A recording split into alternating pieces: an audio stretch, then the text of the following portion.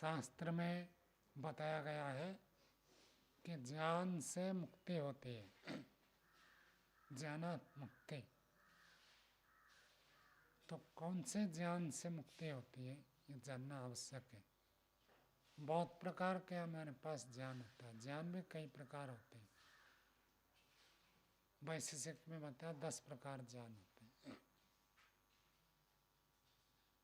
एक हमने किसी पुस्तक को पढ़ा तो पुस्तक को पढ़ने से हमको ज्ञान हो, अग्नि गर्म है। कोई व्यक्ति पुस्तक पढ़कर भी ज्ञान हो सकता है। और किसका हाथ जल गया तो उसको भी पता चलेगा अग्नि गर्म है, ये प्रत्यक्ष हो जाएगा। और एक व्यक्ति बैठा है कि दूसरे ने समिधा लगा रहा था, समिधा लगाते लगाते हाथ जल गया, रोए जल गई। अब उसको देखकर ही अनुमान कर सकता है कि अग्नि में कैसा गुण है। तो प्रत्यक्ष ज्ञान भी हुआ, अनुमान भी हुआ, शब्द ज्ञान भी हुआ। ऐसे स्मृति ज्ञान भी होता है। किसी व्यक्ति को हमने देखा था, वो पूछता है, जी पहचानते हो? कल गुरु जी के साथ तपोवन गए थे, कई सारे लोग मिले। अब बहुत सारे लोगों से ऐसे देखने में तो परिचय लगा, उनका नाम क्या है, कब मिले थे, कुछ याद नहीं। लेकिन ये व्यक्ति मिला था, ये जो ज्ञान हो रहा, स्मृति ज्ञान कितना धुंधला हो जाता है। ऐसे स्वप्न में भी ज्ञान होता है। स्वप्न में जो ज्ञान होता है वो वास्तविक होता है, काल्पनिक होता है। ऋषियों का ज्ञान, समाधि में भी ज्ञान होता है, वो प्रत्यक्ष ज्ञान है। तो ज्ञान कैसे देखेंगे तो विभिन्न स्तर है। तो वहाँ तो कहा ज्ञानात् मुक्ति। तो कौन से ज्ञान से मुक्ति हो गया? पुस्तक पढ़ लिया, ज्ञान हो गया, क्या उससे मुक्ति हो जाएगी? जैसे किसी को भूख लग रही है और व्यक्ति पुस्तक पढ़ता है, भूख लगने पर भोजन करना चाहिए और भोजन ऐसे ऐसे बनाया जाता है, फिर उसको ऐसे खाया जाता है। ये जो पुस्तक पढ़ने से ज्ञान हुआ, उससे उसकी भूख नहीं मिटेगी। जब वो प्रत्यक्ष भोजन करेगा तब भूख मिटेगी। इसी प्रकार से ज्ञान से जो मुक्ति बताई गई है,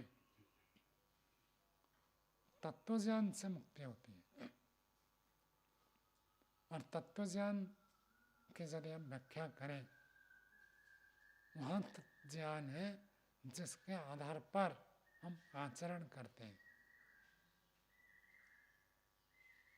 अब कल भी वहाँ पर एक विद्वान प्रवचन कर रहे थे, बताए कि सिगरेट ज़्यादा पढ़े लिखे लोग पीते हैं, अनपढ़ लोग पीते हैं। शराब में लिखा रहता है alcohol drinking is injurious to health. यदि शराब पान करेंगे, मद्यपान करेंगे, स्वास्थ्य के लिए हानिकारक। अब फिर भी लोग, पढ़े लिखे लोग भी उसको पढ़ते भी हैं और पीते भी हैं। तो उसको हम ये नहीं कहेंगे कि वो ज्ञान है। तो कौन सा ज्ञान? ऐसा ज्ञान जो हमारा आचरण में बदल जाता है। ईश्वर की उपासना करनी चाहिए, ये जब तक है तब तक ये सात्विक ज्ञान है। और जब हम ईश्वर के गुण, कर्म, स्वभाव को ठीक से समझ जाए तो उपासना होने लगेगी। उपासना करनी है और उपासना होना, इन दोनों में अंतर है। जब यज्ञ में ठीक समय पर पहुंचना, ये सोचकर हम आते हैं, ये अभी हमारा ज्ञान नहीं है। व्यायाम करना चाहिए, यज्ञ में वेद मंत्रों का पाठ करना चाहिए, इसलिए यदि हम कर रहे हैं तभी वो हमारा तत्व ज्ञान नहीं है। वो जब हृदयबोध हो जाता है, अनुभूत हो जाता है, उससे व्यक्ति फिर आचरण करने लग जाता है। रोटी कभी छूटती है क्या? कोई काम आ जाता अलग बात है, नहीं तो जैसे ही समय हो गया, भूख लग गई, तो रोटी हमसे छूटती नहीं है, सीधा भोजनालय पहुंच जाते खा लेते। इन उपासना छूट जाती है, व्यायाम छूट जाता है, यज्ञ छूट जाता है। कारण क्या? क्योंकि उसका महत्व अभी हमको बोध नहीं हुआ। जैसे भूख लगने पर भोजन करना आवश्यक हमको अनुभव होता है, वो हमारा तत्व ज्ञान है। उसी प्रकार आत्मा, परमात्मा, पुनर्जन्म, कर्मफल, मुक्ति, इन विषयों में तत्व ज्ञान हो जाए तब मुक्ति होती है। और तत्व ज्ञान होता कैसे?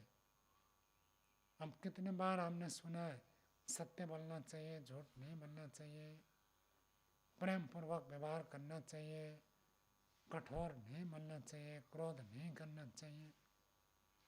तो अभी तत्व ज्ञान नहीं हुआ, इसलिए तो निकल कर आते हैं। जिसको तत्व ज्ञान हो जाएगा उसके मुंह से झूठ निकलेगा ही नहीं। वो फिर ऐसे कहेगा मेरे उंगलियों को बत्ती बनाकर जला दें तो भी मैं सत्य ही कहूँगा, वेद की बात ही बताऊँगा, वेद के विपरीत कभी बोलूँगा नहीं, असत्य बोलूँगा नहीं। ये जो है ये तत्व ज्ञान है। अभी हम सोच कर विचार कर अनुभव करते हैं कि मैं शरीर नहीं हूँ, मैं इंद्रियां नहीं हूँ, मैं आँख नाक कान नहीं हूँ। ये हमारा शाब्दिक ज्ञान है। अब इस शाब्दिक ज्ञान को तत्व ज्ञान तक पहुँचाना। जब तत्व ज्ञान हो जाता है, व्यक्ति को कहना नहीं पड़ेगा कि आप उल्टे चीज़ मत खाओ, उल्टे चीज़ मत देखो, उल्टे चीज़ मत सुनो।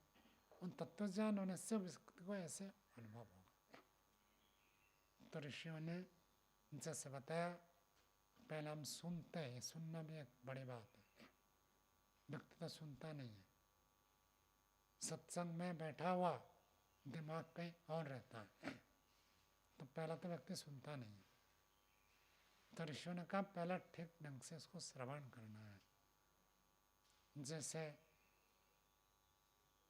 बुलेट प्रूफ होता है, अब बुलेट प्रूफ का कांच लगा हुआ है, गोले मारे तभी वो पार करके पहुंचेगा नहीं। ऐसे ही व्यक्ति शास्त्रों के, सत्संग के, प्रवचन के प्रूफ हो जाता है। सोचते हैं तो बताया जाएगा, ये तो बोलता जाता है, बोला जा रहा है, मेरे जीवन में ये लागू है ऐसे नहीं सोचता। मेरे लिए बोला जा रहा है, मेरे को ये आवश्यक है, मैं एक आत्मा हूँ, मैं अपने आप का आत्मा अनुभव नहीं कर पा रहा। इस प्रकार का विचार सोच बनता ही नहीं, तो श्रवण से ही कट जाता है। और जब व्यक्ति सात्विक गुण से युक्त होता है तो उसको श्रवण करता है और जीवन के साथ जोड़ कर देखता है। वास्तविक है, कोई भी शास्त्रीय बात, प्रवचन, आध्यात्मिक बात वो सुनता है तो वो अपने साथ जोड़ कर देखता है, मेरे जीवन में कमी है या नहीं है। और ऐसा करना चाहिए, और मुझे करना चाहिए। करना चाहिए तो सोच लेता है, लेकिन मुझे करना चाहिए ये नहीं जोड़ पाता। मेरे लिए उपदेश है ऐसे नहीं सोच पाता। उपदेश ठीक है, तो ये हो जाता है श्रवण। ठीक से सुने, उसको अपने जीवन के साथ जोड़े और अनुभव करें कि शास्त्र में जो बात बताई गई है, वक्ता ने जो उपदेश दिया है वो मेरे लिए आवश्यक है। यहाँ से आरंभ होता है। जब व्यक्ति इतना सोच लेता है और उसी बात को बार बार सुनते तो व्यक्ति उब जाता है, फिर वह शास्त्र प्रूफ बन जाता है, प्रवचन के प्रूफ हो जाता है, उसको भेद नहीं करता। तो वहाँ से आरंभ करें कि जीवन के साथ जोड़कर सुनना, शास्त्र को जीवन के साथ जोड़कर पढ़ना। मुझे करना है, अहिंसा का पालन करना चाहिए, हम सब मानते हैं, यानी मैं 100% अहिंसा का पालन करूँगा, ये कितने व्यक्ति सोचते हैं। यहीं पर कमी रह जाती है। चाहे सुनना हो, चाहे पुस्तक पढ़ना हो, उसी को आगम काल कहते हैं, श्रवण काल कहते हैं। फिर उसके ऊपर विचार करना है, मैं क्यों नहीं कर रहा हूँ, क्या कारण है। शास्त्र कहता है ऋषि मेरे से अधिक बुद्धिमान है, ऋषियों के तुल्य कोई है नहीं, फिर भी मैं उसके विपरीत करता हूँ, उस प्रकार का क्यों नहीं करता। तो मनन चलेगा। जब व्यक्ति बार बार मनन करेगा तो उसके अंदर ये भावना आएगी, नहीं करना चाहिए। तो फिर वो निश्चय करेगा, नहीं मैं भी ऐसे ही करूँगा, मैं सत्य ही बोलूँगा, प्राण जाए पर वचन न जाए, इसका पालन करूँगा। और दूसरा व्यक्ति कितने में करे मैं उसके प्रति द्वेष नहीं करूँगा। ये भावना को उत्पन्न करता है। ऐसे ही सब जगह मैं आलस्य नहीं करूँगा, पुरुषार्थ करूँगा, बिना अनुमति के बिना आज्ञा के कोई गलत काम नहीं करूँगा, जितना मेरा अधिकार का क्षेत्र है उतना करूँगा, अधिकार से बाहर नहीं जाऊँगा। ये सब व्यक्ति फिर निश्चय करता मैं ऐसे करूँगा, मैं के साथ जोड़ता, तो निधिध्यासन में बदल जाता है। और जब निधिध्यासन हो जाता है फिर व्यवहार में आएगा। फिर भी कभी कभी संस्कार के कारण से, आलम्बन के कारण से, तीव्र विषय के कारण से व्यक्ति फिसलेगा, लेकिन जब निधिध्यासन चलता रहता है तो फिर रास्ते में आएगा। गलत हो जाएगा, नहीं गलती हो गई, प्रायश्चित करेगा, दंड लेगा, ईश्वर से प्रार्थना करेगा, फिर संकल्प करेगा, फिर निधिध्यासन करेगा, तो फिर आता है, फिर आचरण करता है, तब उसको तत्व ज्ञान होता है। जब तक जीवन में आचरण नहीं है तत्व ज्ञान का प्रश्न ही नहीं उठता। कितना भी सुने, कितना भी पढ़े, कितना भी पढ़ाए, उस तुल्य यदि अनुभूति नहीं हो रही है और अनुभूति करना नहीं चाहता तो तत्व ज्ञान की प्राप्ति नहीं होगी। महर्षि दयानंद के ग्रंथों को आप देखेंगे, जहाँ भी वो 3 बातें लिखते हैं, पहले लिखते हैं कर्म, दूसरे में लिखते हैं उपासना, तीसरे में लिखते हैं ज्ञान। ज्ञान कर्म उपासना ऐसे नहीं मिलेगा, कर्म उपासना ज्ञान, पहले करना पड़ेगा, और जैसे करेंगे वैसे आपको अनुभूति होगी, अर्थात आपके उस पदार्थ के साथ समीपता होगी। इसका नाम है उपासना। चाहे सत्याचरण हो, चाहे पुरुषार्थ हो, चाहे ब्रह्मचर्य का पालन हो, चाहे यज्ञ हो, कुछ भी हो, जब उस कर्म को हम करते हैं उसके फल के साथ जो संबंध होता है उसको कहते हैं उपासना। भोजन आपने बनाया, ये कर्म हुआ, और भोजन बनाने के बाद उस भोजन का आपने सेवन किया, ये उपासना हुई। अब इसके बाद जो ज्ञान होगा वो तत्व ज्ञान है।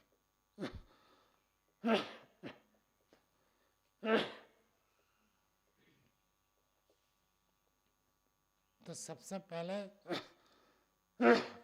शाब्दिक ज्ञान तो होगा। जब तक शाब्दिक ज्ञान नहीं होगा व्यक्ति भोजन बनाएगा कैसे। तो शाब्दिक ज्ञान तो चाहिए, लेकिन शब्द ज्ञान तत्व ज्ञान नहीं है। शब्द ज्ञान के आधार पर जब व्यक्ति आचरण करेगा तो उसके फल की प्राप्ति होगी, तो फल को भोग करेगा, तब व्यक्ति तत्व ज्ञान को प्राप्त करेगा। यही बात ईश्वर के साथ, यही व्यक्ति बात आत्मा के साथ, यही बात हमारे कर्म के साथ, पुनर्जन्म के साथ, सबके साथ जुड़ता है। पहले आत्मा के बारे में हमको सुनना है, फिर मैं एक आत्मा हूँ।